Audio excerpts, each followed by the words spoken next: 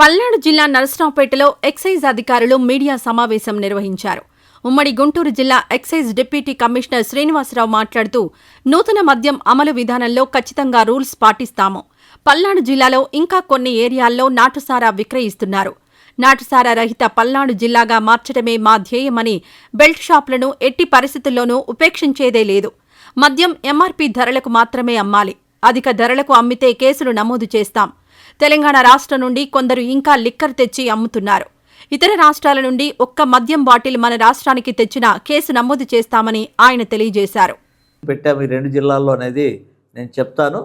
ముఖ్యంగా 16/10/24 నుంచి 11/11/24 వరకు ఈ రెండు జిల్లాల్లో ఇప్పటి వరకు 121 కేసులు నమోదు చేయడం జరిగింది.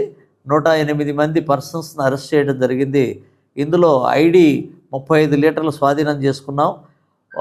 బెల్లపు ఊటని ఫర్మెంటెడ్ జాగరీ వాష్ 4800 లీటర్లని ధ్వంసం చేయడం జరిగింది.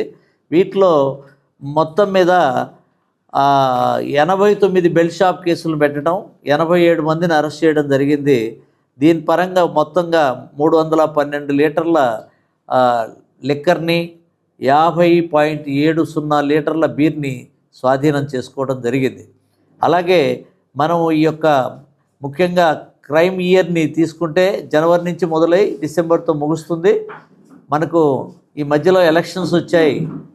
ఈ కాలాన్ని కలుపుకొని జనవరి 1 నుంచి ఇప్పటి వరకు ఈ రెండు జిల్లాల్లో ఎన్ని కేసులు పెట్టామనేది చెప్తాను, ఎంత సీజ్ చేసామనేది. 2493 కేసులు నమోదు చేయడం జరిగింది. 2320 మందిని వ్యక్తుల్ని అరెస్ట్ చేయడం జరిగింది. 102 వెహికల్స్ స్వాధీనం చేసుకున్నాం. 707 లీటర్ల నాటుసారాను స్వాధీనం చేసుకున్నాం. 88,250 లీటర్ల బెల్లపు ఊటను ధ్వంసం చేయడం జరిగింది. ఇందులో భాగంగా మనము అలాగే బెల్ట్ షాపులు 2065 బెల్ట్ షాపుల్లో 2008 మంది పర్సన్స్ని అరెస్ట్ చేయడం జరిగింది. మొత్తము మద్యాన్ని 3916.18 లీటర్ల మద్యాన్ని స్వాధీనం చేసుకోవడం జరిగింది. అలాగే 114 లీటర్ల బీర్ను కూడా స్వాధీనం చేసుకోవడం జరిగింది.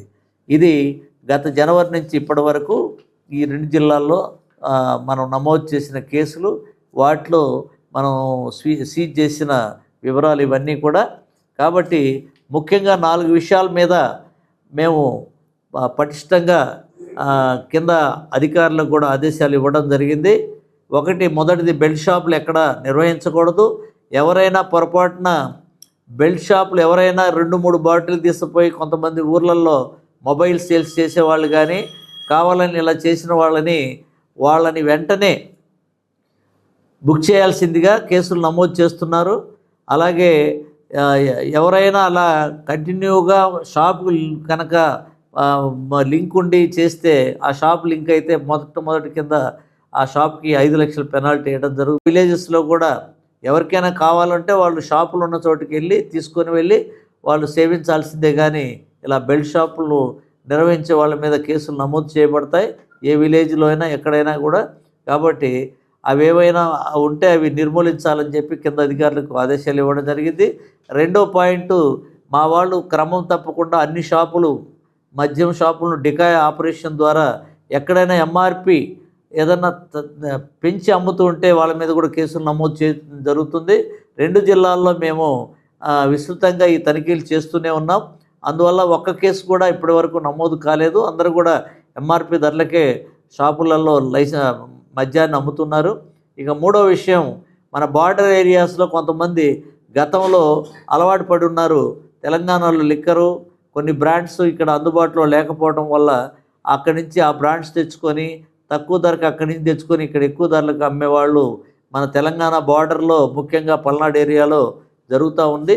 వాళ్ళందరికీ కూడా గట్టిగా హెచ్చరికిస్తున్నాం. ఎవరైనా అక్కడి నుంచి ఏదైనా ఒక్క బాటిల్ తెచ్చినా కూడా క్షమించేది లేదు. వాళ్ళు గవర్నమెంట్ రెవెన్యూ దెబ్బతింటుంది. కాబట్టి ఎవరు కూడా తెచ్చినా వెంటనే కేసు ఒక్క బాటిల్ ఉన్నా కూడా కేసు నమోదు చేయడం జరుగుతుంది. నాన్ డ్యూటీ పెయిడ్ లిక్కర్ మద్యం అంటే ఇతర రాష్ట్రాల మద్యం ఏదైనా గోవా కానీ, కర్ణాటక కానీ, తమిళనాడు కానీ, లేకుంటే తెలంగాణ కానీ, ఈ రాష్ట్రాల నుంచి ఏదైనా మద్యం ఒక బాటిల్ తెచ్చినా కూడా కేసులు నమోదు చేయబడతాయి. కాబట్టి ఎవరు కూడా ఎన్డీపీఎల్తో అమ్మకానికి కానీ తెచ్చుకొని తాగటానికి కానీ ప్రయత్నం చేయొద్దు. మన రాష్ట్రంలో ఉన్న మద్యాన్ని సేవించాలని కోరుతున్నాం. అట్లాగే చివరిగా ప్రజల ఆరోగ్యాన్ని దెబ్బతీసే నాటుసారాన్ని కూడా మేము పూర్తిగా నిర్మూలిస్తాం. ఒక యాక్షన్ ప్లాన్ తయారు చేసాం. వివిధ టీమ్స్ అన్నింటినీ ఆ విలేజెస్లో అవేర్నెస్ క్యాంప్స్ కండక్ట్ చేస్తాం, బైండ్ ఓవర్లు చేస్తాం.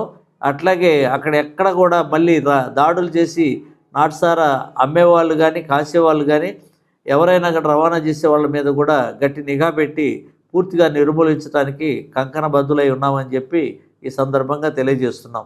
ఈ యొక్క సమావేశంలో మన 2 జిల్లాలకి అసిస్టెంట్ కమిషనర్ ఉన్న ఎం రవికుమార్ రెడ్డి గారు, అలాగే మీ నర్సరావుపేట పల్నాడు జిల్లా district prohibition and excise officer Manikanta గారు, అలాగే ఏఈఎస్లు నర్సరావుపేట ఏఈఎస్ రవీంద్ర, అట్లాగే ఎన్ఫోర్స్మెంట్ ఈ 2 జిల్లాలకి enforcement assistant excise superintendent AES Suryanarayana, అలాగే లోకల్ సిఐ సోమయ్య వీళ్ళందరూ కూడా పాల్గొన్నారు. ఈ వీడియో నచ్చితే లైక్ చేయండి. అలాగే మా ఛానల్ ని ఫస్ట్ టైం కనుక చూస్తున్నట్టయితే ఇప్పుడే సబ్స్క్రైబ్ చేసుకుని పక్కనే ఉన్న గంట సింబల్ ని యాక్టివేట్ చేసుకోండి. అప్పుడే మేము పెట్టే ప్రతి వీడియో మీకు నోటిఫికేషన్ గా వస్తుంది. అలాగే ఈ వీడియో పూర్తిగా చూసినందుకు ధన్యవాదాలు.